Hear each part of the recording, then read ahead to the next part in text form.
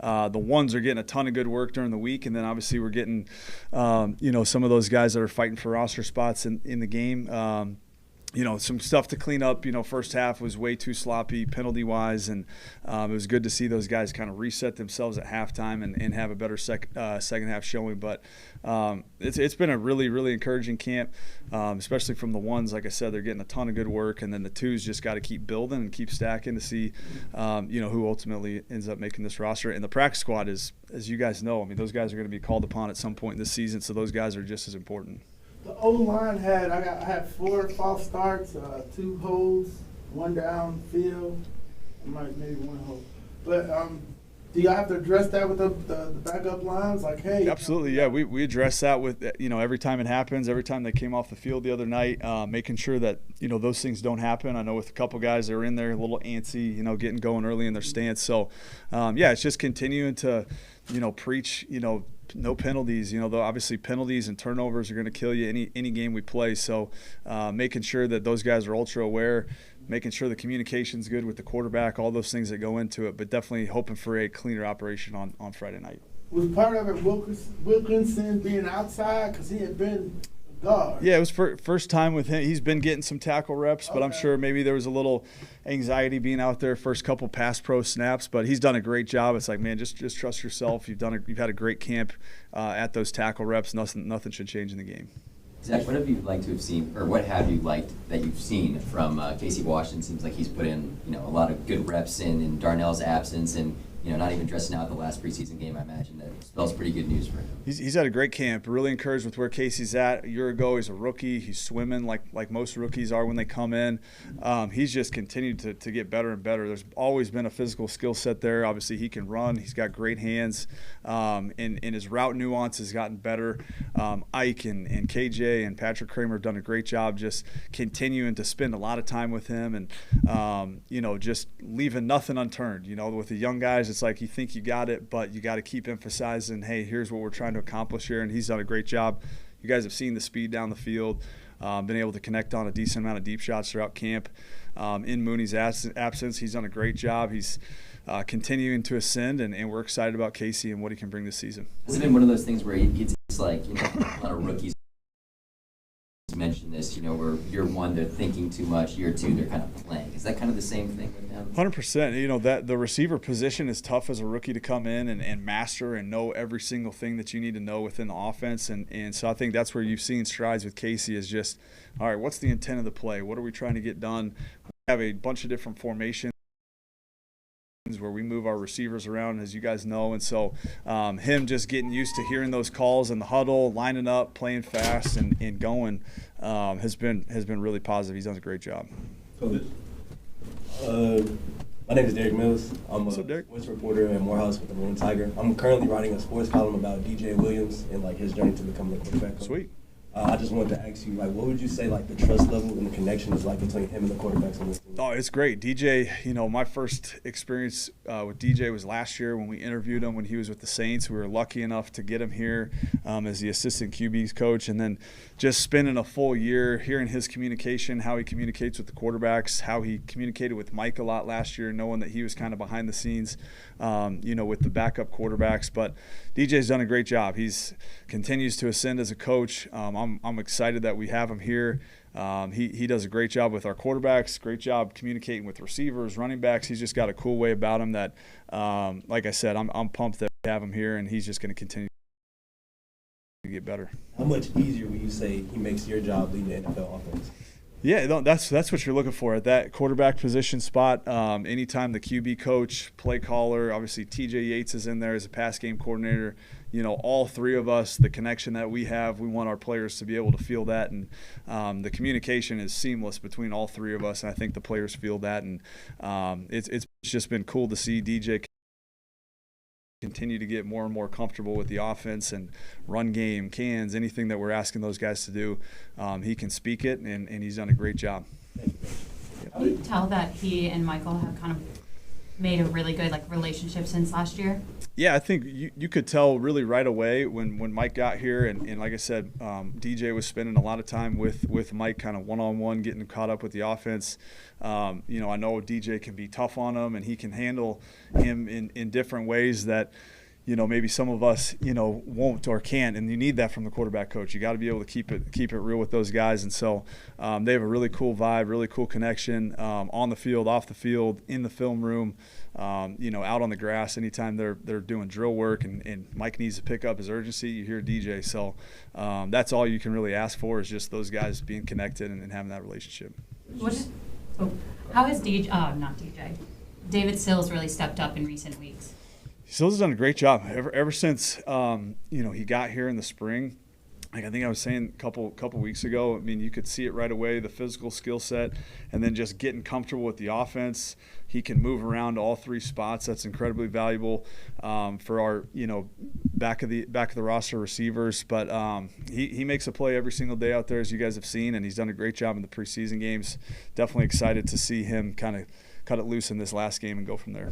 I was just going to see, what have you seen from Nate just throughout this process? He stepped in, kind of had a strong camp, but then also played a touchdown run on Friday. Nate's another guy that stepped up for a rookie coming in, and Mike Petrie, our running back coach, does an unbelievable job with all those guys. But to be able to catch up a rookie to speed, especially with the pass protection stuff, we're getting a bunch of different looks from our defense. He's done an unbelievable job in pass pro, which as a rookie back is usually the biggest challenge. You guys have seen him when he has the ball in his hands. There's a little bit of an extra gear there. When he sees a hole, he's going. So been really pleased with where he's at. All the backs have done a great job fighting for that spot, and we'll just continue to evaluate it this week. But really pumped where Nate's at. This time last year we were talking about Bijan and kind of paring back maybe his responsibilities or what he was doing previously in the scheme.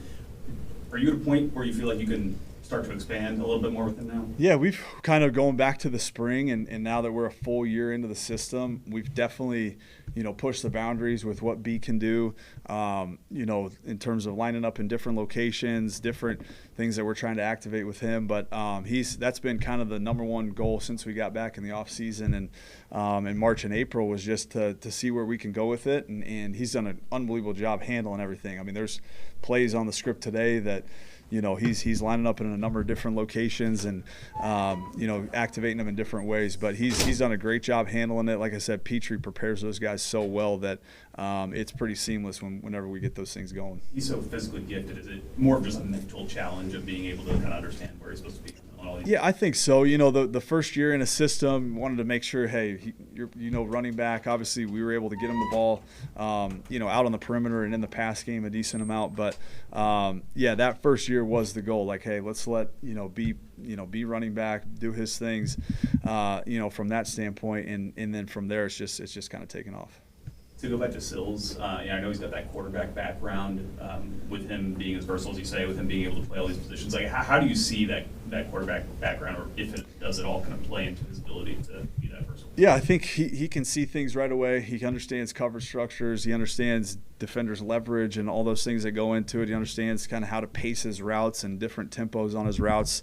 How all of our cuts match up with each other, so he can pair up his routes in that way. So you see it every single day out there. His communication in terms of what he sees and what he can relay to the quarterbacks has all been spot on. So he's had a really, really strong camp. I got one more. We bounce around.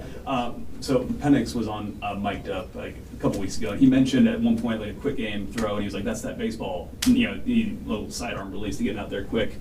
And it's something that people don't kind of associate with him as kind of being that multiple arm slot type of quarterback. I'm just curious, from your perspective, how vital is that? Obviously, it's like something that's really in vogue right now to do that kind of thing. Yeah. How important would you say is it? It's very important. Like you're saying, it's a trait that really, you look at the best QBs around the league, they all have different angles. They can drop it down.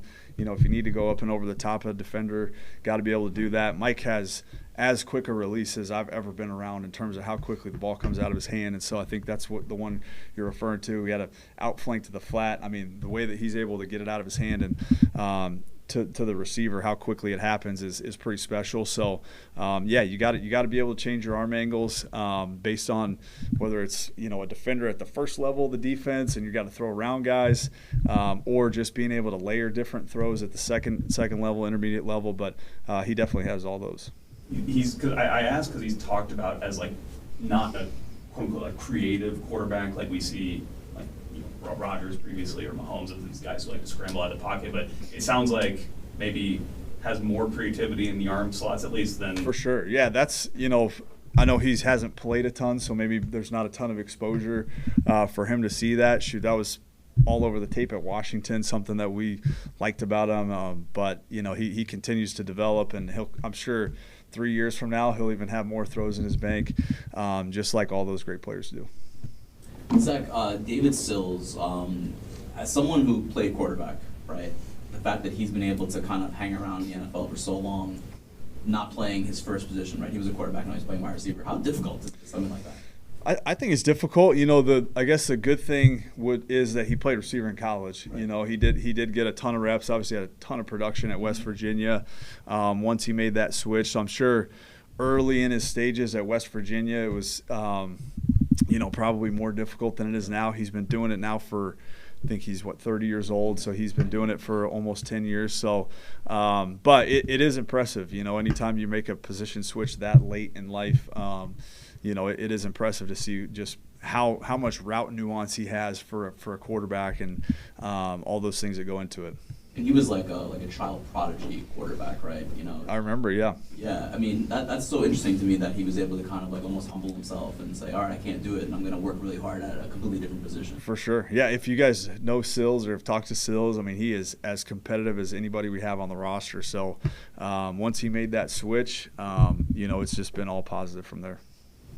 You talk about, I don't know if you were asked about Tegan Vitoriano at all, but he's had a pretty good camp. He had that fumble recovery, of course, on Friday night. Not a guy that was here last year. What have you seen from him so far? He's had a really solid camp. We feel great about where he's at in terms of our tight end group. Obviously you look at Kyle, you look at Chuck, you look at him. Felipe's doing a great job out there. Nico, Josh Simon. It's been cool to see that kind of some of the new guys that we didn't have here last year step up. But Tegan's done a great job all throughout camp. Catches the ball extremely well. He's done a great job in line at the point of attack as a move blocker as well. So we're definitely fired up that we got Tegan, and looking forward to another good week from him. Are we calling Warner Chuck now? Is that a thing? That is Chuck. Yeah, you guys haven't heard Chuck? Yeah. We're not. Yeah, Charlie, Chuck. Yeah. Now you can. Now you can. Not on that name basis. Yeah, Coach, real quick before jump out of here. You got knee sleep on, D-Led? You all right? Yeah, no, that's bad OAC. All right. OAC meniscus in there. But how comfortable are you with not playing Penix at all during the exhibition season? And we know what happened in Pittsburgh, with the Pittsburgh game last year, and then was able to come back and win with a big drive in Philly. But if Saquon catches that pass, but he didn't, so he didn't. Yeah, you're right. No, incredibly comfortable with it. People are hitting me up. I understand. I hear y'all, but they're like, "How can we do this?" Is they're incredulous. That I think when you look around the league, it seems like it's pretty split. 50-50 in terms of guys that the teams that want to play their guys versus not. That's obviously the decision that we've made here to let those guys just get all their work in practice. Which, like I mentioned, I think 2 weeks ago, we're getting a lot better looks and work versus our defense in practice, as opposed to some of these preseason looks that you get versus kind of vanilla looks. So our pass rush does a great job of simulating what it should feel like. Obviously, we're not hitting the quarterback, but you feel the bodies around you. You feel the same feelings that you do if you were, in a live game action. So have no problem with those guys being ready to go. I think even Mike mentioned, hey, there's no preseason in college. You just roll the ball out and play week one. And so we expect those guys to be ready to go. And like I said, the work that we've got against our defense and Ra's ability to kind of simulate those situations, whether it's the tight practices, the scrimmages, all those have been really positive, and that's been those guys' kind of game work. Any advice did you give to TJ with him calling the game last Friday? Yeah, no, he did a great job setting everything up. Kind of just let him roll with it. Biggest thing was just trust your preparation and go cut it loose. It was unfortunate.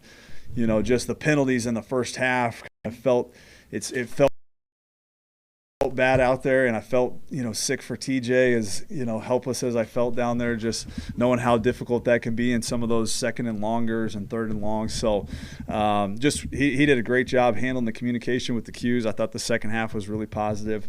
We just obviously next week got to get off to a way better start offensively, just in terms of cutting down those penalties. Did it feel good to be on the sideline again?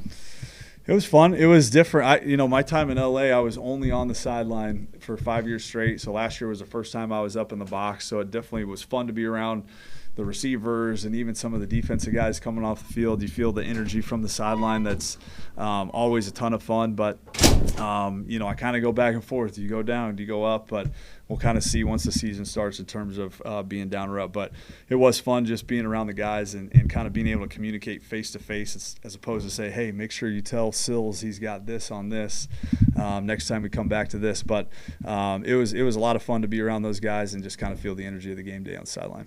So you made a decision for this season? Where you're going to be? Not totally.